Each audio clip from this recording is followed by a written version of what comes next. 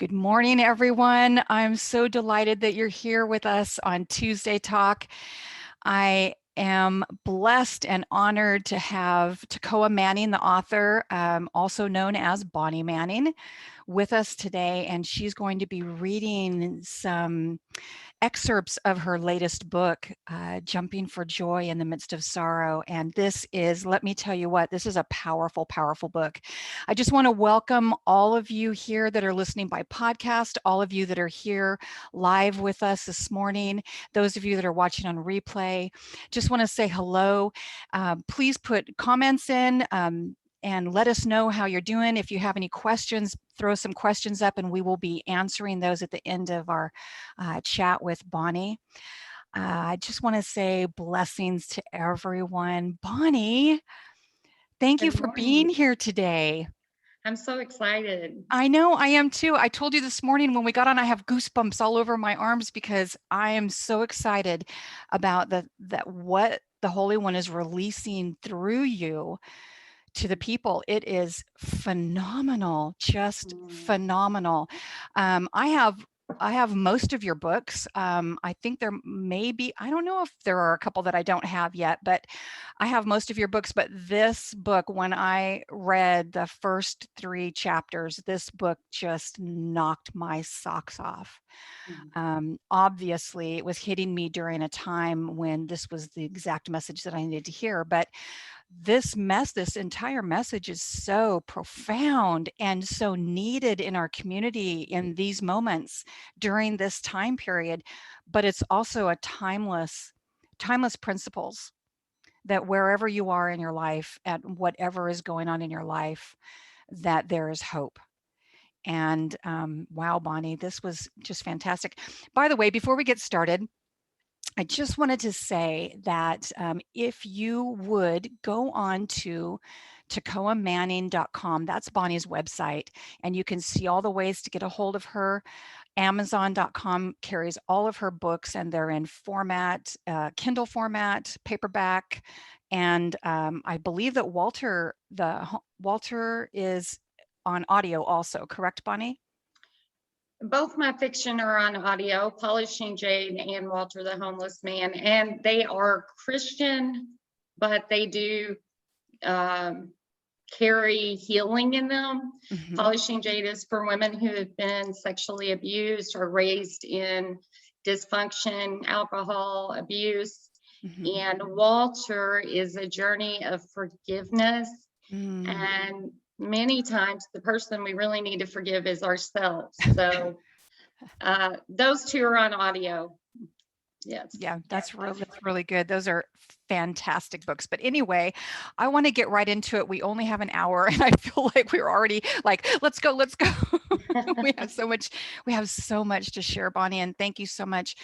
You know, ladies, I asked Bonnie today to actually read an excerpt of her latest book, a chapter of it. And the reason being that when I was reading this book, because Bonnie and I have gotten to know each other and we have become very close, uh, as I was reading this book, I was hearing Bonnie's voice and it felt like she was privately, specifically ministering to me personally. That's how it felt when I was reading this book, Bonnie. And Praise y'all. I wanted her to read some of this so that when you read this book on your own, you will hear her voice and you will feel that same way that I felt too. You will feel that personal connection. And this book is very revealing, Bonnie. This book is you pull back the veil and you don't really hold anything back. Yeah. Yes, it's raw, it's real. And I think we need transparency in the body. Agreed. And sometimes we just have to bring the things that are in the darkness out in that light and expose it so it can be made whole. And I know that everyone has a story, a journey, and everyone has experienced suffering. And I'm so blessed by your words. Praise one for the gifts to all of us. And so the first chapter is called Tree of Life.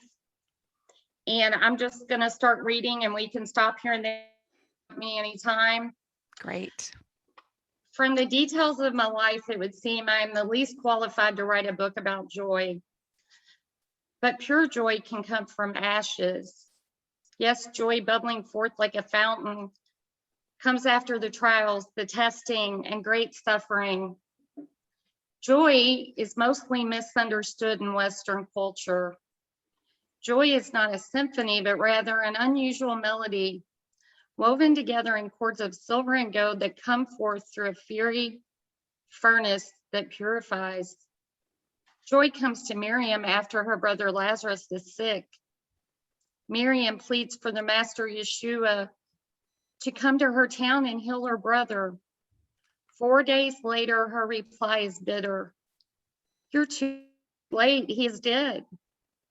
Miriam had hope while her brother still lived, but now her hope is deferred. Our Messiah can bring dead things back to life.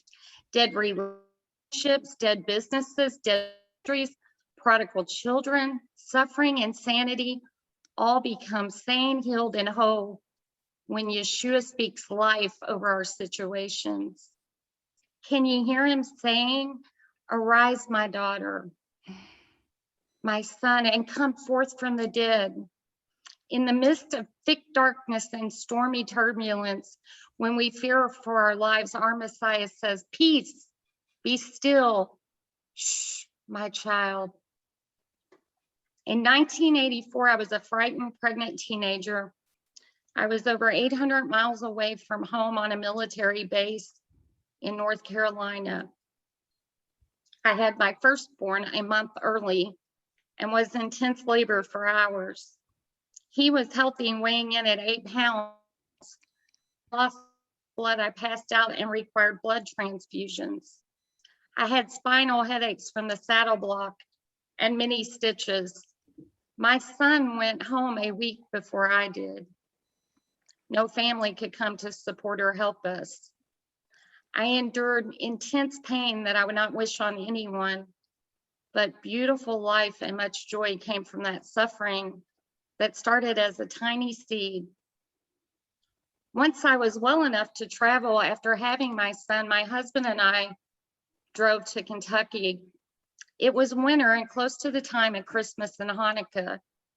As we drove, we noticed lights and nativity scene with live animals. We got out of the car to stretch our legs and listen to those gathered under a makeshift stable sing Silent Night. The song ended and many in costumes, including shepherds and the Magi, greeted us. I held my newborn close to my heart and I walked over to a lady dressed as Mary who was standing by the manger. I made small talk with the woman and started to walk back to the car when suddenly Mary said, we do not have a in the manger.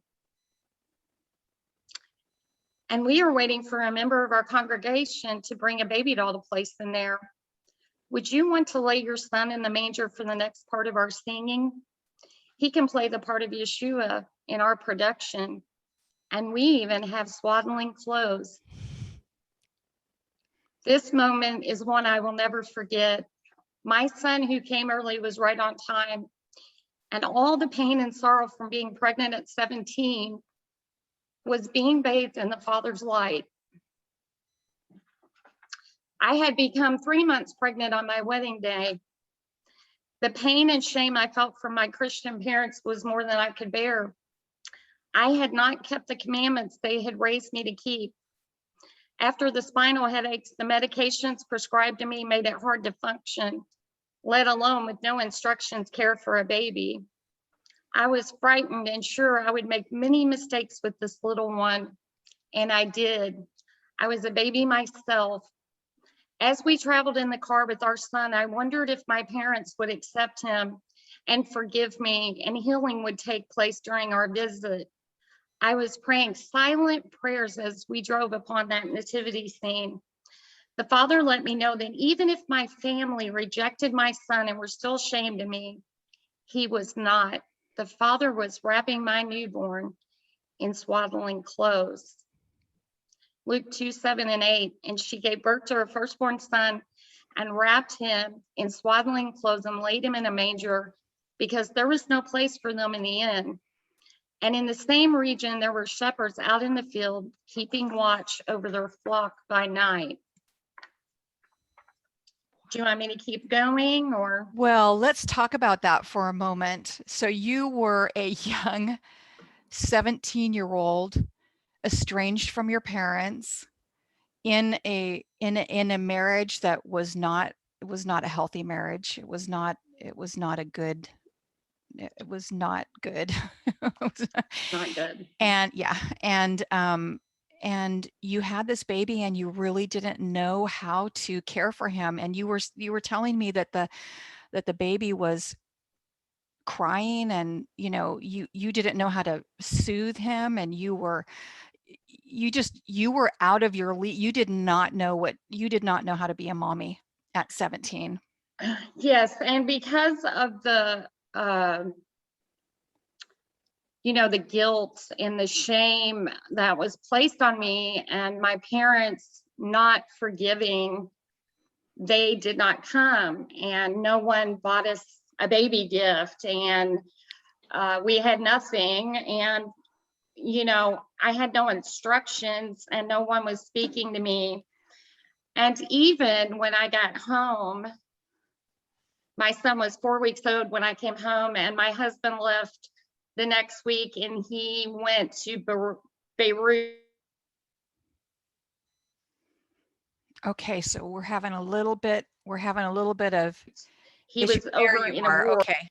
You got cut off. Go ahead. You said your Oh, husband went to Beirut. yes, he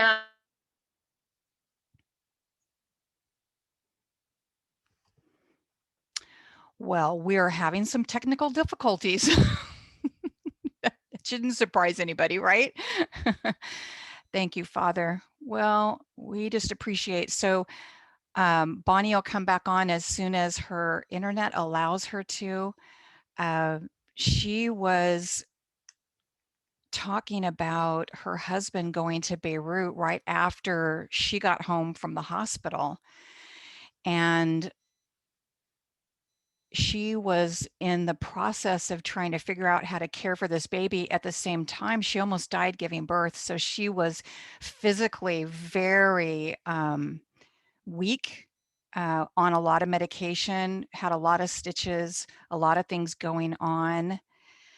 And she was having to deal with all of that. And then her husband was gone. So she didn't even have any support physically in caring for the newborn right when she got home from the hospital. So that was difficult. So let's see if we can get her back on. She will come back on as soon as she can. Meanwhile, she was talking about this prayer that she had of, as she was driving, she was praying, Father, will you love my son? Will you forgive me? Will my parents forgive me? Will you take care of my baby? And she's driving, and all of a sudden they see these live people in a uh, with a manger singing in the middle of nowhere. Of course she did, right?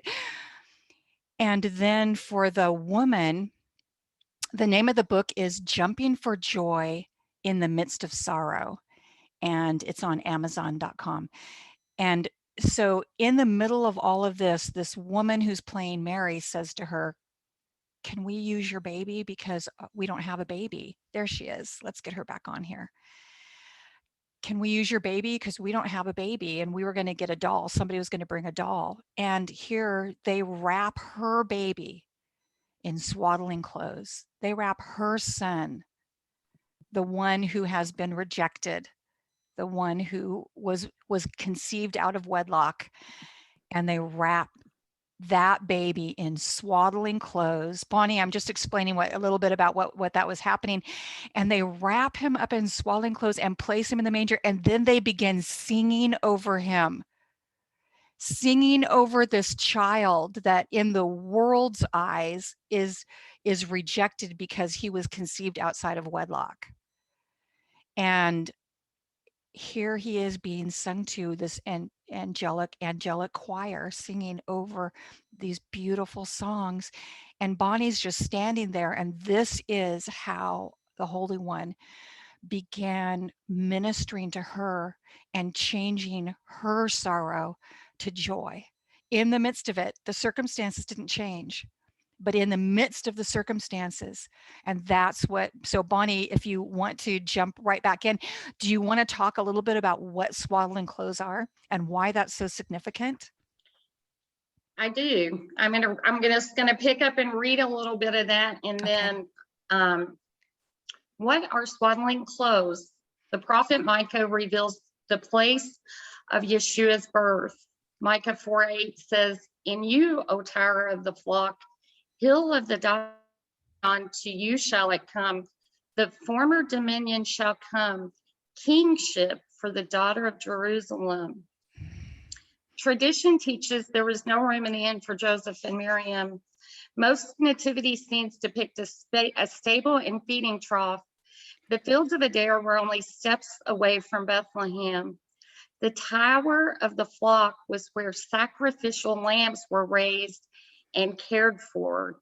Elite shepherds from the tribe of Levi would have cared for these lambs to ensure they remained without spot or blemish, like our Messiah. The sheep were pampered and wrapped in fine linen, more than likely the priestly garments, until they were sacrificed. Ah, ah. So Micah 4:8, let me pull that up real quick. Micah 4:8 says,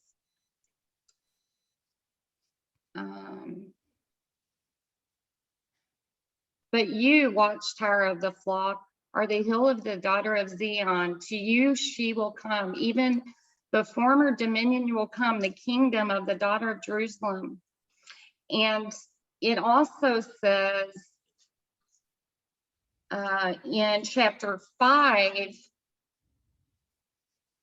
"But you, Bethlehem, least among the clans of Judah, from you will come out to me one to be ruler of Israel, one whose goings forth and promoted from the days of eternity." And it goes on to talk about the tower of the flock. And so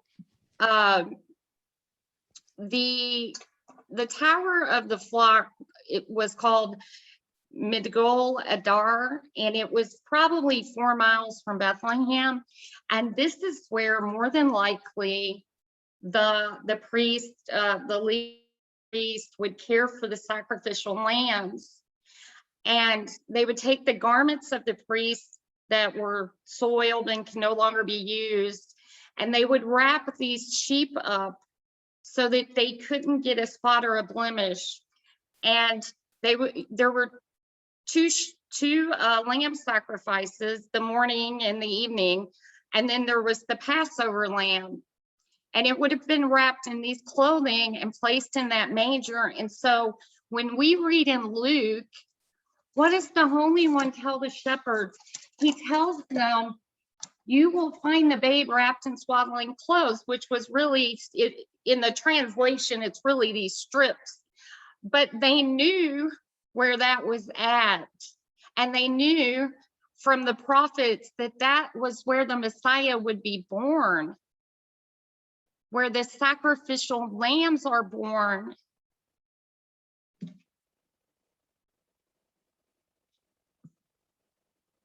You're muted, Brenda. Are you muted? Sorry. I had no idea. I really didn't. I mean, maybe I did, but I don't think I did. I don't remember ever knowing that the priest's garments that were whole, you remember, as we're going through the Torah portions, we recognize that the priest's garments were considered holy and set apart. The items were considered holy and set apart. And so some of them were used for wicks on the candles. Yes, the menorah. They would use Yes. the pieces of it for the wicks Yes. as well. And As well also, as wrapping the lambs so that they didn't get a spot or a wrinkle or a blemish, so that they didn't get nicked or cut or bitten or whatever, all the millions of things that can happen to a little animal that's running around. I did not know that. So also the the Passover lamb, the high priest would have went to the tower of the flock, there where Micah prophesies. He would have gotten the lamb that would have been wrapped, carried it on the donkey, and went through the sheep gate. Yeshua gets on a donkey on inspection day. They're inspecting him, and he rides through the sheep gate where they had put the doors up in Nehemiah. Yep. And in John, he says, I am the door for the sheep, because he went through the door as the Lamb of Yahweh that takes away the sins of the world.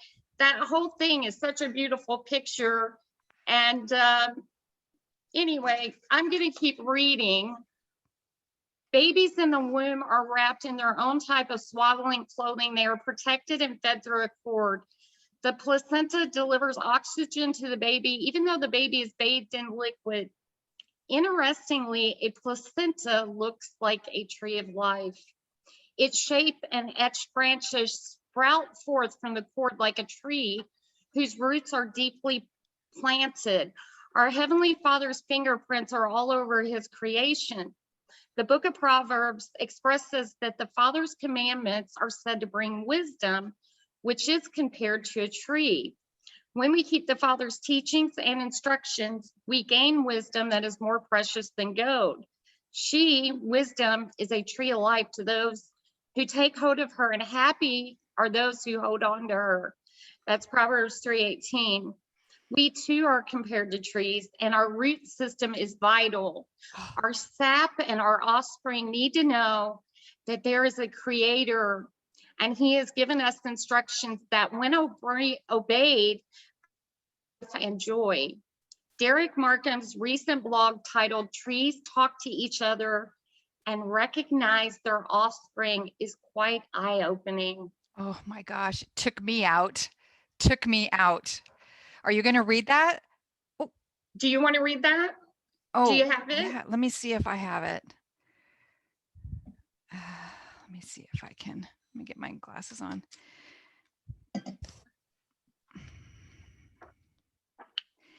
Is it the part that starts now we know we all favor our children? Is that the part?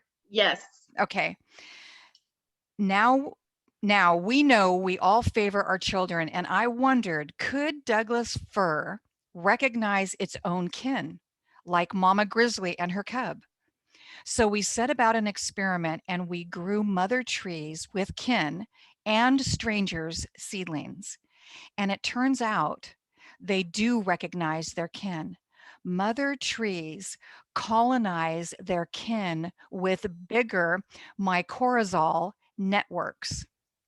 They send them more carbon below ground. They even reduce their root competition to make elbow room for their kids. When mother trees are injured or dying, listen to this, ladies. When mother trees are injured or dying, they also send messages of wisdom on to the next generation of seedlings. So we've used isotope tracing to trace carbon moving from an injured mother tree down her trunk and into the mycorrhizal network and into her neighboring seedlings, not only carbon, but also defense signals. And these two compounds have increased the resistance of those seedlings to future stresses. So trees talk. And that's a direct quote. Oh my gosh, Bonnie. So you and right? You and I were talking about how creation cries out about the glory and majesty of the Father. It is a constant sound glorifying the Father. Rocks cry out, Bonnie. Rocks have a frequency that they emit. The trees are calling out mother trees are sending signals to her seedlings, to her children, to strengthen them and prepare them for what's ahead, to prepare them for the year when she's gone. This is what is happening in creation. How much Yes, and more in us? amen. And I'm not sure if I'm pronouncing her name right, Sarita. She says Sarita, uh-huh.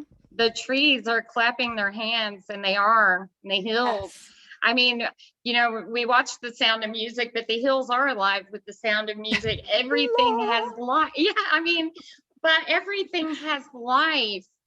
And one of my favorite chapters uh, in the Bible is Job 38. He says, did you make a storehouse for the rain? Can you create the dawn? Can you make dew? Can you number the stars? The one who knows the number of the hairs on her head, he knows when a sparrow falls. He knows our thoughts from afar. He knows when we rise. He knows when we sit down. He knows because he is all and he is in everything. And a couple weeks ago, my husband was burning a brush pile. We had a tree fall, and the fire spread and it started burning another tree that was alive and beautiful. And because I know that trees talk, I know this might sound silly and there's a lot of tree huggers out there, but I was like, oh, Father, protect that tree, protect Mhm. that life, right? Yes, And we yes. have to protect our life and our fruit and our young and baby Mhm. lambs, Mhm. right? Yes. Oh, that is so beautiful, Bonnie. It makes me it just makes me realize how intricate and how majestic the Holy One is. It's very easy for us to be very myopic in our view of life and just only be really concerned about ourselves. But if we think about it, as we read the Torah portions year after year after year, creation, all of these things, they're older than us, because the trees, the fish, the birds of the air, all of these things were created before us. The beasts were even created before us, the animals. So the plants, everything was all created from the same essence. And so we have, I don't even know what I'm trying to come across. I'm just saying that we have a responsibility. The first the first thing that we were told to do was to tend and keep the garden. Well, isn't that what Yeshua told Peter to do? Will you tend my sheep? Do you love me? Will you tend my sheep? It's not just the people, it's all of his creation, because everything is glorifying him right now. But I know, of course, this is about us. but those but the creation is honestly, the creation is cheering us on.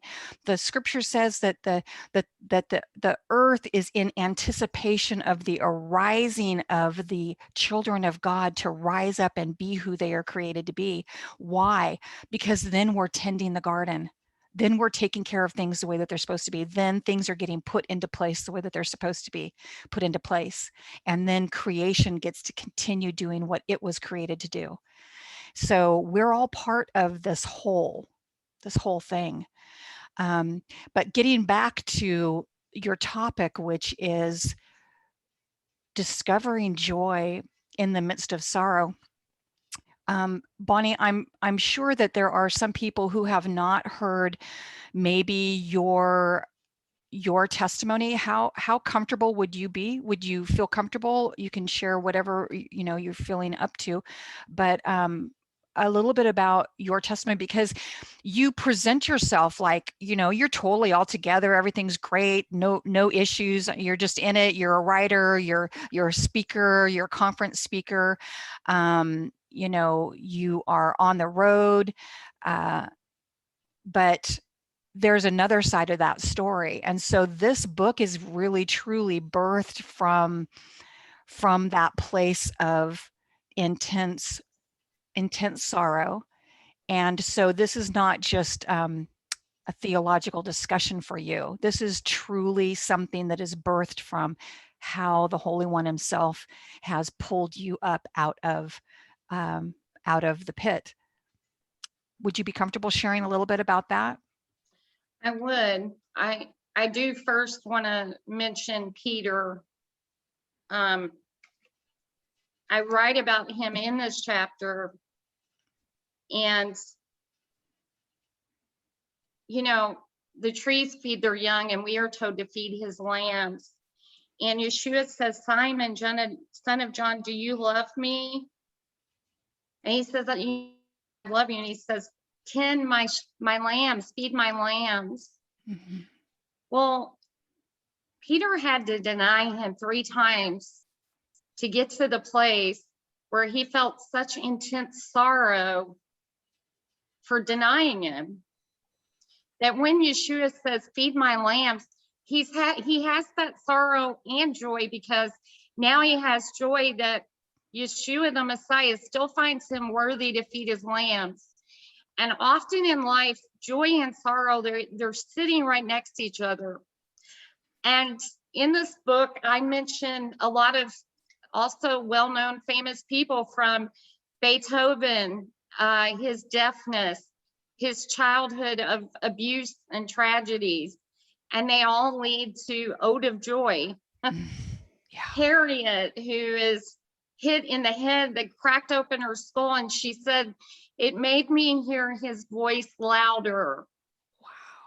They thought she had narcolepsy. She would pass out when the soldiers were looking for her, and she wouldn't even know, and then she would come to and they would be gone. You know, the Father uses every bit of suffering for his glory. And suffering has become one of my dear friends. I know that does not make sense, maybe to some of you, but I have learned more from suffering than anything. And I've learned to have more compassion for those who are suffering.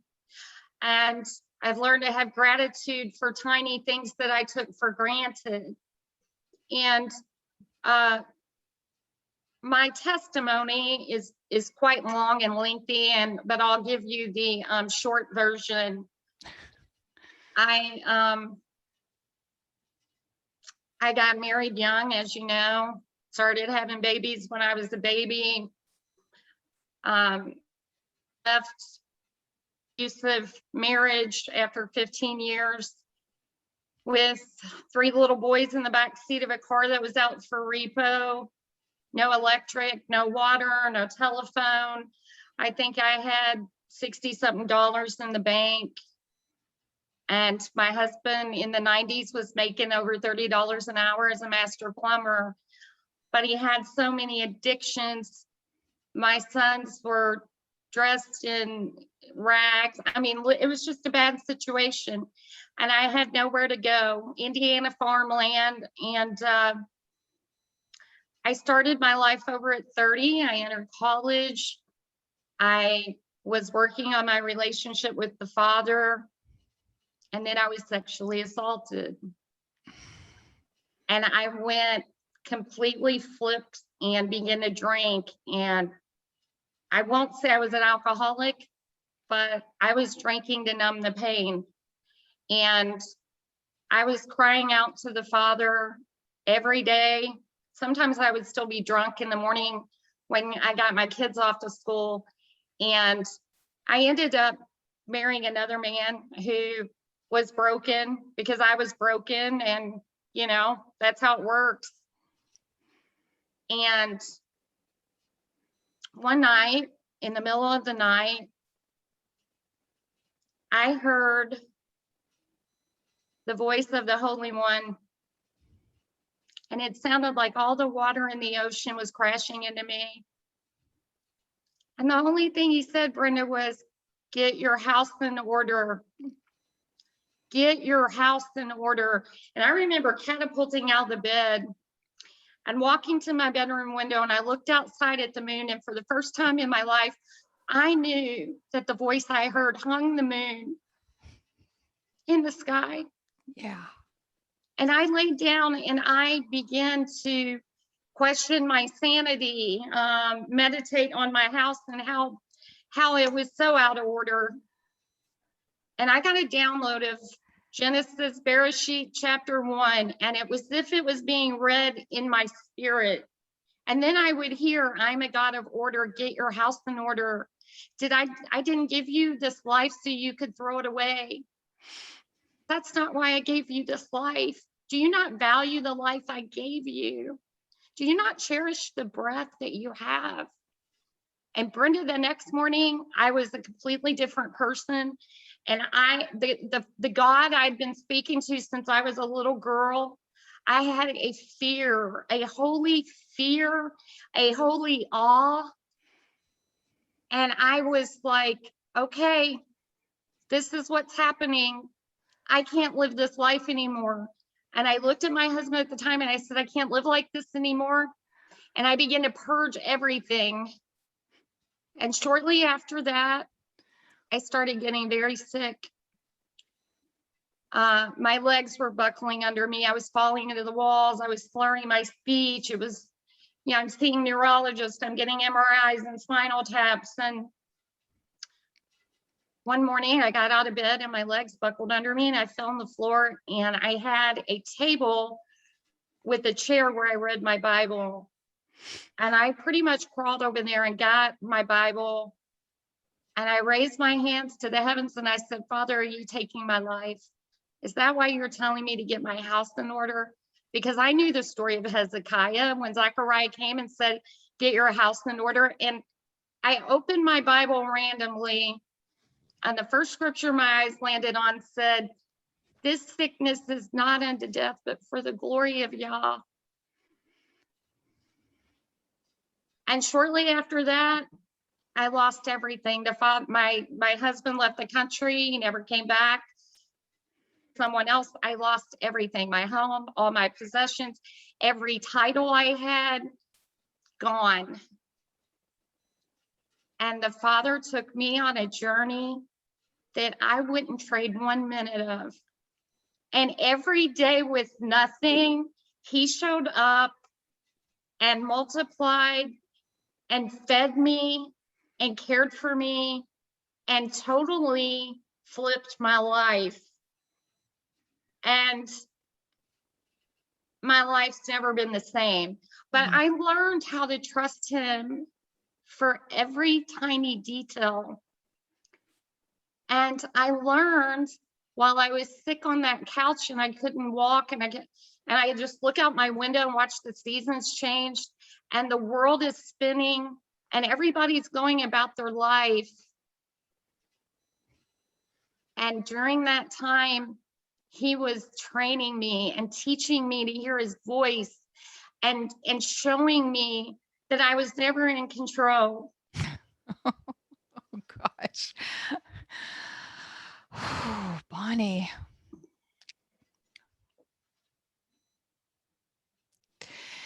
Bonnie, I'm sorry, I didn't mean to interrupt you. I was just saying, yes, we are not in control, but we think we are. We have this illusion that we are in control, and we're not. No, Lori Dawn was asking, please tell her what happened with your boys. Oh, well, I have a Job story, but the Father never took my sons. Hallelujah. And I lost a stepdaughter that I raised from 8 months old to 7 years old, who called me mommy. And that was painful. But no, my sons they are well. They are on their own journey and trying to heal from, they have been through a lot, but they are well. Yeah. That's good. That's good. So you were saying that that you realized in those moments that you were not in control, that the Holy One Himself was surrounding you with circumstances that were deliberate. It was not, life was not just happening to you. Things were being brought to you with purpose. And so tell us a little bit about that. The difference of just everything being out of control to after he spoke to you to get your house in order, everything started seemingly falling apart from the outside looking in, but from the inside looking out, it was being put into order. Yes, yes. Well, the Father, and everybody's journey is unique. And I know that the Father speaks to people in all different types of ways. Mm-hmm. Just like those trees that need sunlight and they need water and they need good soil, the Father is always speaking to everyone. He was speaking to me the other day. A little tiny ant was crawling on my patio table. And he says, "Look at my little ant." And, there's a verse about the ants and how they work and they march and but I'm getting off topic here. Anyway, the Father would say, "Bonnie, if I take your home, will you still serve me? Are you gonna go off and drink and do, will you still serve me? Will you let me heal you?" And I would say yes. And I'm thinking, okay, I'm too sick to work. And now I can't drive to finish my degree. And my house is going into foreclosure and I can't get a job and take care of myself. And I'm having this conversation and I'm watching these things happen. And he says, "If I take your husband, will you still serve me?" And I'm thinking, what? And I knew he was cheating on me. I knew there were all kinds of issues. And every morning when I would open my Bible, it would land in Ezekiel where he told Ezekiel, "Tomorrow I am taking the delight of your eyes. Do not mourn, do not weep. Put on your priestly garments and stand before the people."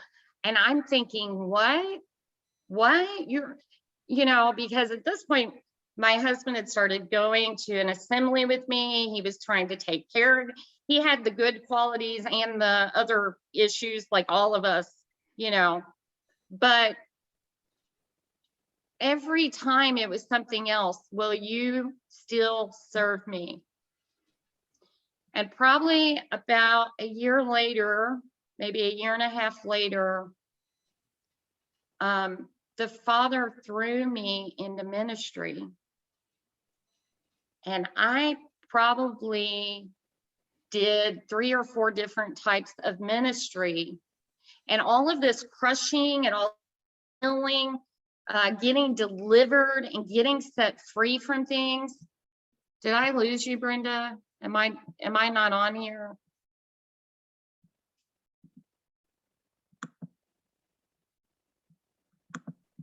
We can hear you well. We can hear you. Keep going, Bonnie. You're doing great. Oh, okay. I just saw Brenda frozen. A lot of times we've been through so much and we've been rejected so much and we felt so much sorrow and so much pain and so many heartbreaking things, and we need healed from it. And it causes us to think about Yeshua, and he was despised, he was rejected, he was a man of many sorrows. And when we were talking earlier about the Tower of the Flock, the Migdol Adar, that place was also the place that Rachel gave birth to Benjamin and died. And what does she say? She names him Benoni, son of my sorrow, which Yeshua was the son of sorrow.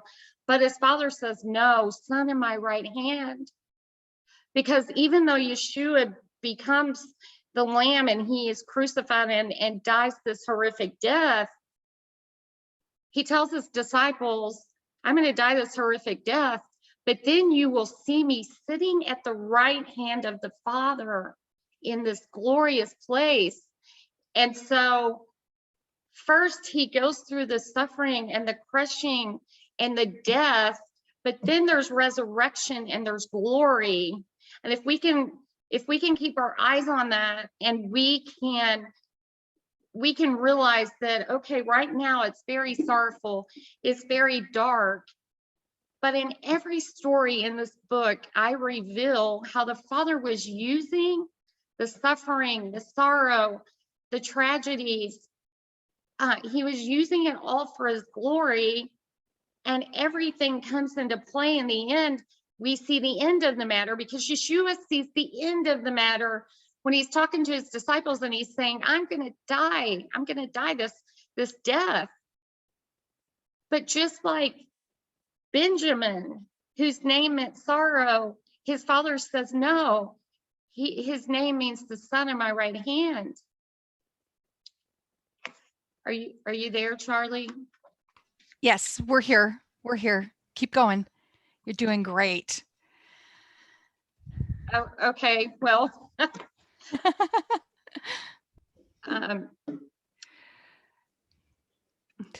So Bonnie, that is what I love about this book, is that you do talk about the subject matters that are hard, the difficult things, and then, but you also, you move that and you don't stay there, you move that into, this is how the joy came forth from that.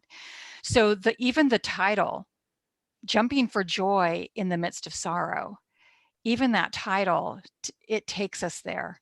I love how you say, I lost my connection, so I can't have my phone on while I'm doing this meeting. But in your book, you said one of the quotes that you had on there was about the joy, and about gosh, I'm trying to think. I apologize.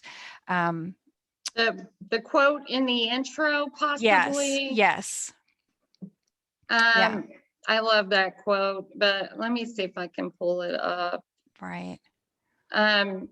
You know, one of the things I'm just thinking of right now is I have a chapter on David and the Ark of the Covenant.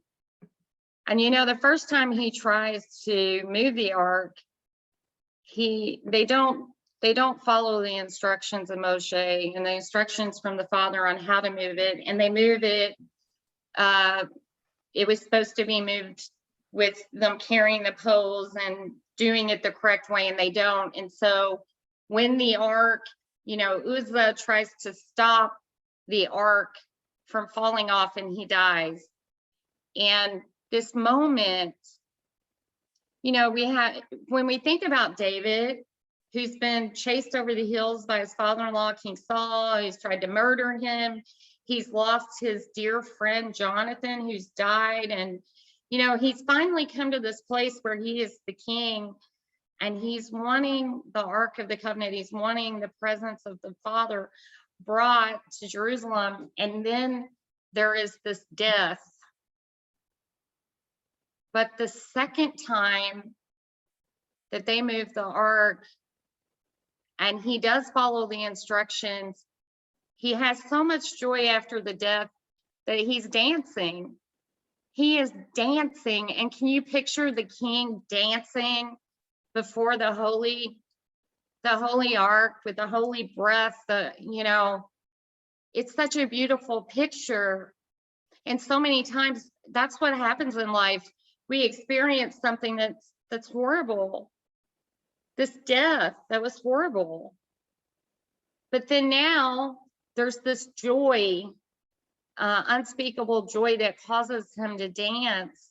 And it's the same joy that came on Miriam, you know, when she knows that she is carrying Yeshua Messiah in her womb, she starts singing and writing this beautiful song. He saw me, the humble maiden. Who am I? You know, I can't even imagine what kind of woman she was, but her song shows all the sorrow she's been through, and being rejected, and Joseph almost leaving her, and everything. And now there's this joy this joy in her belly, right? The ruach that causes their bellies to leap with this joy, right? Yes. Yeah. Yochanan's mother is, I mean, if we look at the stories in the Bible, all of them had sorrow and then great joy. I think I've pulled up the quote. Yeah, I've got it here. A woman said, "Speak to us of joy and sorrow."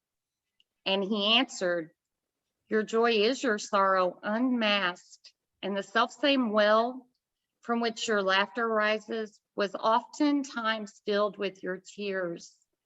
And how else can it be? The deeper that sorrow carves into your being, the more joy you can contain." And that was Gibran. I think I'm pronouncing it right, but it's so very true. He puts our tears in his wineskins, right? And then he pours them out. I believe it's like the heavenly, he pours out that healing water on us. The one who numbers our hairs on our head. Right. That's right. It's beautiful, Bonnie. Thank you so much. I love that quote, that from the same well of the sorrow is the same well that the joy springs forth. And I love that song. It reminds me of that song, "Spring Up, a Well Within My Soul." Spring up, a well, and make me whole. So that is, the joy is coming from a place of sorrow, or we wouldn't be saying, "Make me whole." And I love that. Oh, Bonnie, beautiful. And the woman at the well. I mean, look at the woman at the well. He has an appointment to go to Samaria and talk to a woman. And she's trying to get water out of a well, and he's telling her, "I have living water. I have life." And she leaves her water pot, which those were expensive back then, but she leaves her water pot with so much joy. She runs and tells her whole town, and it's that living water. And I think it's so needed in the body right now. We have a lot of truth. We have a lot of knowledge going forth. All those things are good. But we need his living water. We need his Holy Spirit. We need his breath. We need to know that he's there, and we want to remember daily that he longs to be intimate with us, that he's in the tiniest of details. And sometimes we just need to read our Bibles and see what he wants to speak to us that day. Not so we can learn Torah and we can, I'm not saying don't learn Torah. So let me try to word this correctly. We don't just want to read the Torah portion and try to learn more about our Hebrew roots. We also want to add to that this beautiful intimacy. What does he have to say to me today? What is he going to say to me today about a tree or a bird? And I know I go into this a lot, but it's true. Creation is alive. He is always speaking to us. Always. He's so intricate in every detail. And I talk about, in order for me to end up at that nativity scene in chapter 1, I had to have the baby early. I had to go, if I would have had the baby on time, I probably would have missed this moment. If I had not endured all of the suffering, the shame, the guilt, even when I got home, it probably took a month before my father would look at my baby. There was a lot of things, I'm not saying my parents were bad people, but they were religious. and the circumstances that had happened, I still had that moment of joy to hold on to. And his words, I am bathing your son in my light. He is a precious gift. And so many times we miss moments where the Father is just shining that light and he's trying to do something. You know, that be still and know that I am Yahweh. Sometimes we have to be still, and we're living in a busy time. Information highway is filled with teachers, videos, books. You can spend all day running around and eating off different trees, getting a bellyache, who knows?